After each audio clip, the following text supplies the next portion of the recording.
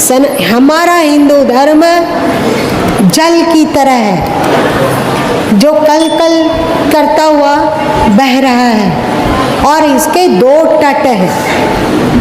दो तट कौन कौन से हैं? सनातन धर्म और पुरातन धर्म। मतलब हिंदू धर्म में दो समानांतर किनारे हैं, एक सनातन धर्म और एक पुरातन धर्म। सभी हिंदुओं को ये बात समझनी चाहिए। मेरी आवाज जहां जहां तक जा रही हो अथवा आने वाले समय में यदि इन बातों का कोई पुस्तक बन पाया तो उसका सब हिंदू लोगों को जानना चाहिए। सभी एक एक हिंदू बच्चा बच्चा को ये बात जाननी चाहिए। यदि आप अपने धर्म से प्रेम करते हैं, यदि आप अपने धर्म को फलता फूलता देखना चाहते हैं, यदि आप अपने धर्म को अथवा अपने देश को फिर से विश्व गुरु बनाना चाहते हैं, यदि आप अपने देश को फिर से सोने की चिड़िया बनाना चाहते हैं, तो इन बातों को याद रखो और आपस में प्रेम करना सीखो। अभी आपके देश में जितनी भी समस्याएं हैं, उन समस्याओं में 99.9% समस्याएं समाप्त हो जाएगी यदि आप संगठित हो पाए। चाहे ब्राह्मण हो या शूद्र, क्षत्रिय हो या वैश्य, हम मुट्ठी बन जाए। कल भी हमने कहा प्रेम करना सीखो। ये सब अपने हैं, ये सब ऋषि गोत्री हैं, ये सब सप्त ऋषियों के हैं, सप्त ऋषियों के वंशज हैं। इसमें कोई न बड़ा है और न छोटा। यदि आप इस बात को भूलेंगे तो आपके जो प्रमुख ऋषि हैं वो आकाश में सप्त ऋषि बनकर टप टम टम टम टम टिमटिमा रहे हैं और आप लोगों को देख रहे हैं। आप उनके वंशज हैं। यदि आपने दूसरे गोत्रों के साथ नफरत किया, द्वेष किया अथवा अपने ही गोत्र वो शूद्र में चला गया है, कश्यप गोत्र का पर शूद्र है, आप उससे नफरत कर रहे हो, तो वो कश्यप जो सप्तऋषि तारा बनकर कश्यप ऋषि भी है ना उसमें, तो वो आपको कभी क्षमा नहीं करेंगे। वे ऋषि हैं, वे ज्ञानी हैं, उनके कोप को झेलने के लिए तैयार हो जाओ। आज हिंदू समाज का इतना विघटन हो रहा है, इतना धर्मांतरण, इतना धर्मांतरण, इतना धर्मांतरण कि गुरु माँ तो सुन सुन के व्याकुल हो जाते हैं, परेशान हो जाते हैं। क्यों हो रहा है? क्योंकि हमारे गोत्र के ऋषि हम पर कोप कर रहे हैं कि हम उनके ही दूसरे वंशज। ब्राह्मण शूद्र से नफरत कर रहा है, शूद्र अपने किसी और भाई बंधु से नफरत कर रहा है। सब एक ही गोत्र का है, कोई भारद्वाज है, कोई अत्रि है, कोई अन्य गोत्र का है, कोई वशिष्ठ गोत्र का है, कोई विश्वामित्र गोत्र का है, कोई अगस्त गोत्र का है। आपस में ही सब, और एक दूसरे से झगड़ा अथवा दूसरे गोत्रों से झगड़ा। तो वो हमारे पूर्वज, हमारे आदि पूर्वज, एकमात्र ईश्वर ने बताया आपको कि आप ऋषि वंशज के समान और कोई धरती में है ही नहीं। किसी के पूर्वज आकाश में तारा बनकर अपने लोगों को नहीं देखते हैं, आपके पूर्वज देख रहे हैं।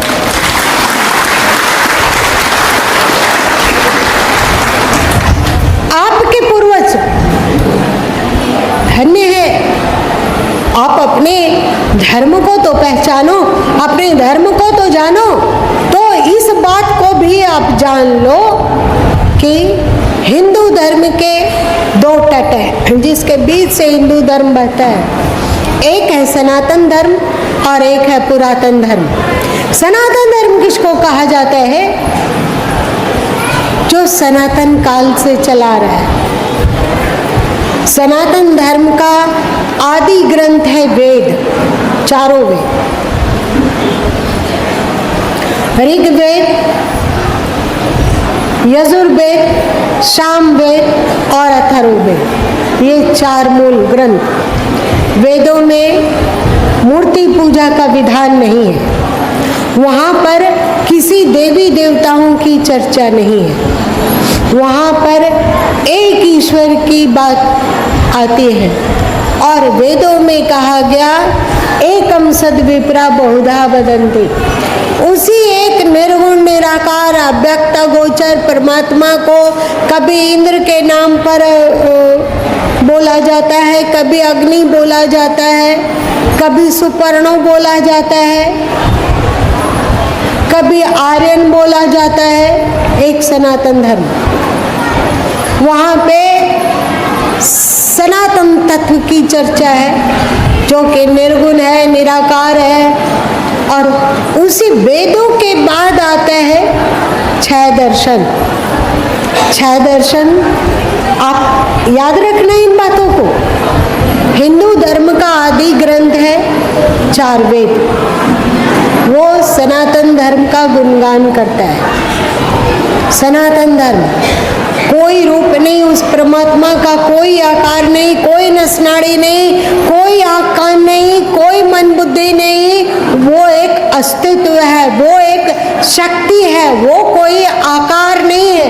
आकार जन्मने और मरने वाला होता है, पर अस्तित्व बस होता है। इस बात को याद रखना। सनातन धर्म।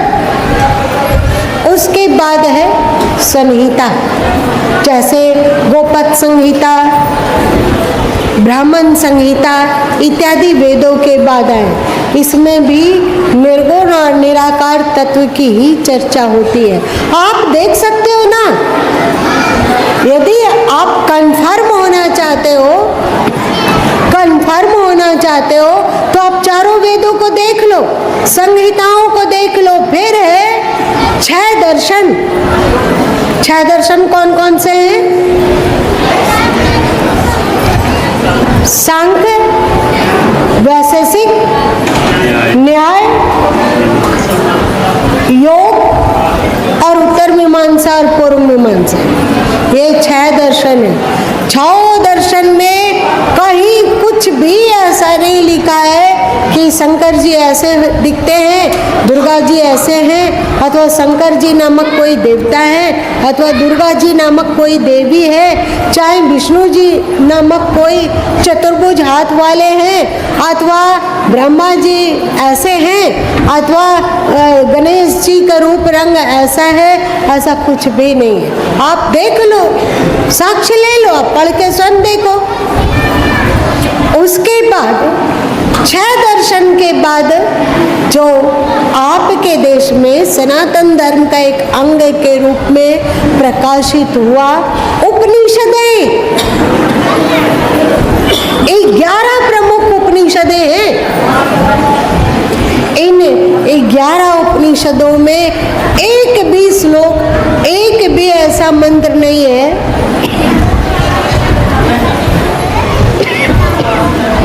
एक भी ऐसा मंत्र नहीं है जिसमें बतलाया गया कि अमुक देवी देवता है अथवा 33 करोड़ देवी देवता हैं, ऐसा कुछ भी नहीं है। ये सनातन धर्म है। सनातन धर्म में एक निर्गुण निराकार परमात्मा, आपकी आत्मा, और इस निर्गुण निराकार परमात्मा तक आपकी आत्मा कैसे पहुँचे, इसका मार्ग बतलाया गया है सनातन धर्म। तो ये उपनिषद है। उपनिषदों में भी विभिन्न देवी देवताओं की चर्चा नहीं मिलती है। अब फिर और आइए नीचे। उसके बाद आज से लगभग 5050 वर्ष पूर्व प्रकाशित हुआ गीता। गीता में आप एक श्लोक भी नहीं देखेंगे कि विष्णु जी की पूजा करनी चाहिए, कि दुर्गा जी की पूजा करनी चाहिए, कि गणपति जी की पूजा करनी चाहिए, कि किसी और की पूजा करनी चाहिए, अथवा उस परमात्मा में ये देवी देवता है, ऐसा कुछ भी नहीं है। उसमें भी सनातन धर्म का ही उपदेश मिलता है। सनातन परमात्मा एक परमात्मा है और सभी आत्माओं का कर्तव्य है कि उस एक परमात्मा तक पहुंचे, एक परमात्मा तक पहुंचे।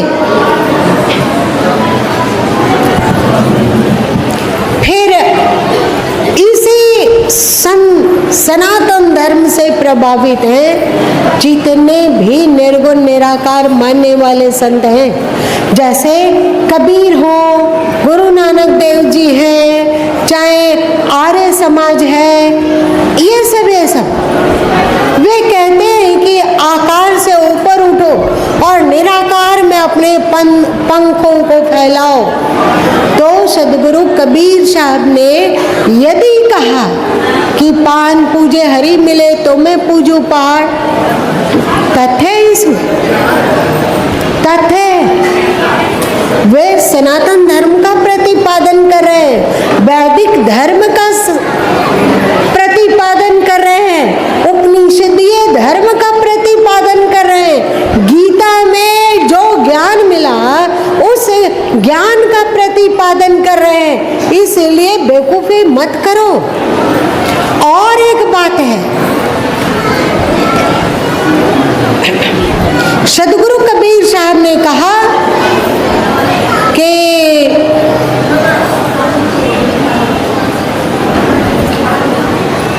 साधो राम बिना कछु नहीं,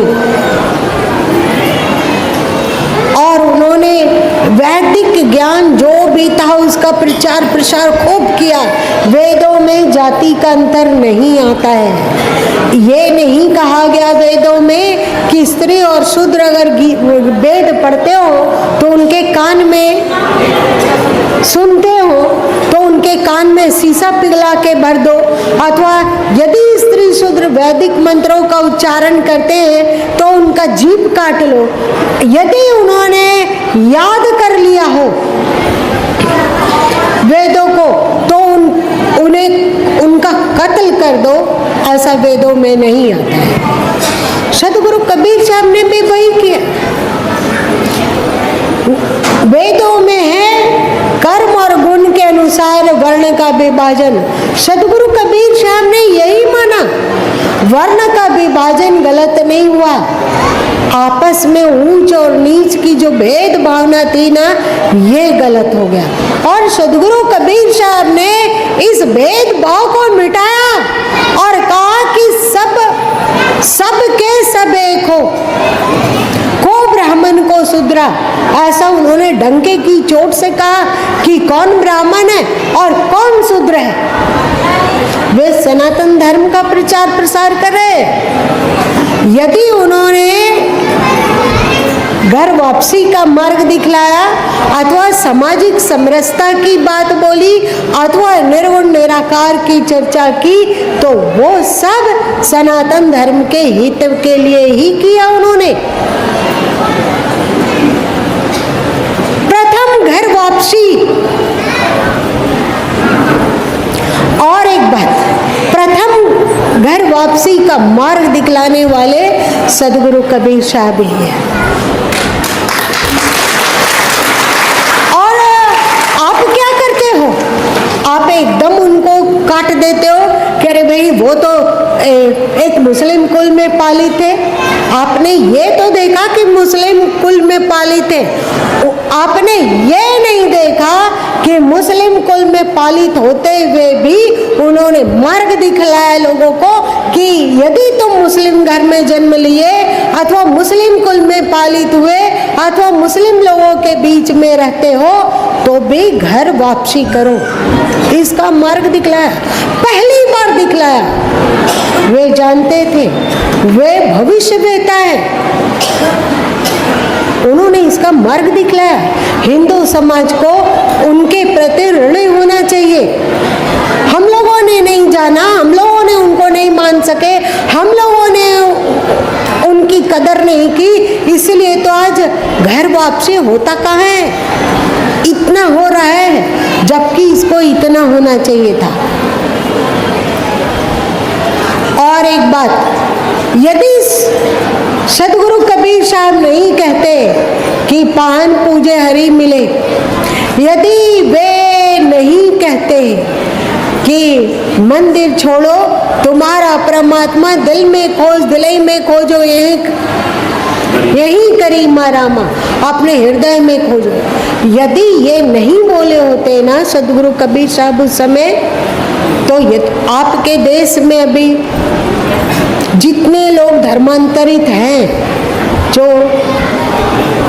उग्रता और कट्टरता के शिकार हैं, उसमें अभी कितनी वृद्धि होती सो पता नहीं है। क्योंकि उस समय बहुत सारे पुजारियों, पुरोहितों के दिमाग में ये सड़ा हुआ ख्याल आ चुका था कि भाई मंदिर में ब्राह्मण घुसेगा, क्षत्रिय घुसेगा, कहीं कहीं वैसे भी घुस जाएगा, शूद्र नहीं घुस सकता है, मंदिर अपवित्र हो जाता है। अच्छा ये बताओ कि शूद्रों में ऐसी क्या पवित्रता है कि भगवान भी अपवित्र हो जाते हैं? भगवान का पवित्रता क्या कमजोर है कि शूद्र अगर उनके पास आता है तो उनकी पवित्रता शूद्र को पवित्र नहीं बना पाती है, उनकी पवित्रता शूद्रों को पवित्र नहीं बना पाती।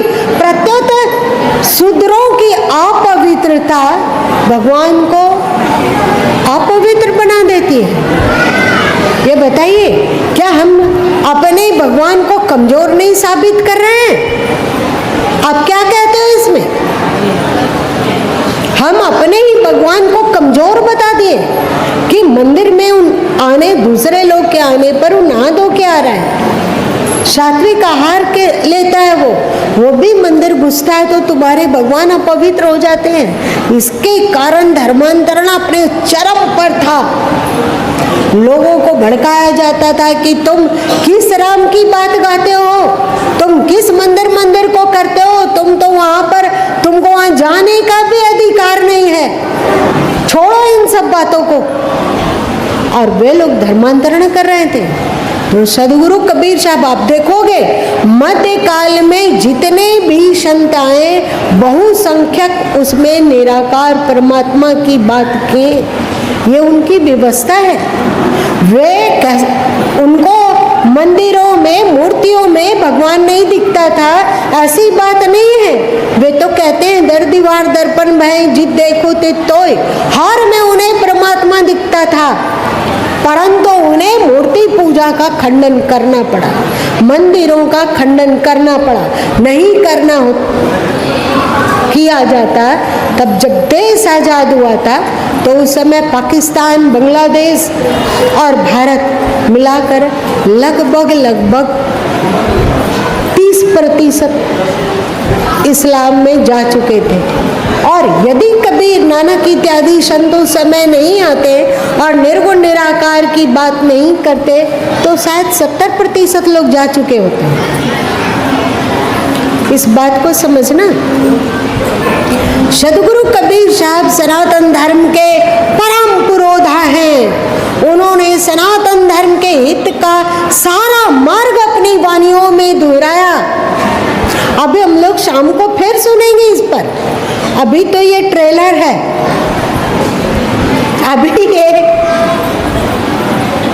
अभी तो थोड़ी सी बात आपको बताई जा रही है। फिर शाम को हम लोग सुनेंगे और बातों को सुनेंगे और सनातन धर्म को भी पहचानेंगे। तो सदगुरु कबीर साहब ने देवी देवता, मंदिर, पुजारी ये सब नहीं माना, जाति को नहीं माना और सबके लिए मोक्ष का मार्ग खोला, जो कि वेदों में भी खुला है, जो उपनिषदों में है, जो गीता में है, जो संहिताओं में है, जो 6 दर्शन में है। वही बात सदगुरु कबीर साहब अपनी वाणियों में बोलते हैं। और पुरातन धर्म क्या है? सनातन धर्म को तो आपने जान लिया। अब आप लोगों ने जाना सनातन धर्म क्या है? जो सनातन तत्व है, जिसका जो ना जन्म लेता है ना मृत्यु को प्राप्त होता है, वो सनातन धर्म है। और एक बात बताते हैं कि सनातन धर्म इसको क्यों कहा गया। सनातन धर्म किसी व्यक्ति से प्रचार नहीं हुआ है।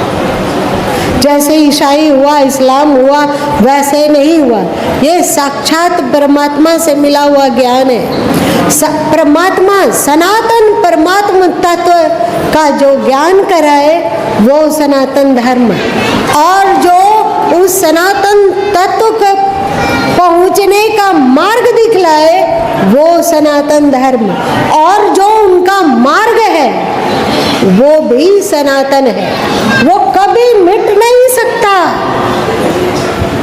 कौन सा मार्ग है उनका? कौन सा मार्ग है? जितने लोगों के पास सनातन धर्म से प्रभावित होकर ये लोग, चाहे इस्लाम बना, ईसाई बने, यहूदी बने, और पारसी बने, चाहे बौद्ध बने, चाहे जैन बने, चाहे सिख बने, चाहे कबीरपंथी बने, चाहे दादूपंथी बने, दरियापंथी बने, चाहे कुछ भी बने, सब में सनातन धर्म का ही अंश गया हुआ है। कोई उस अंश को ज्यादा ले पाया, कोई कम को।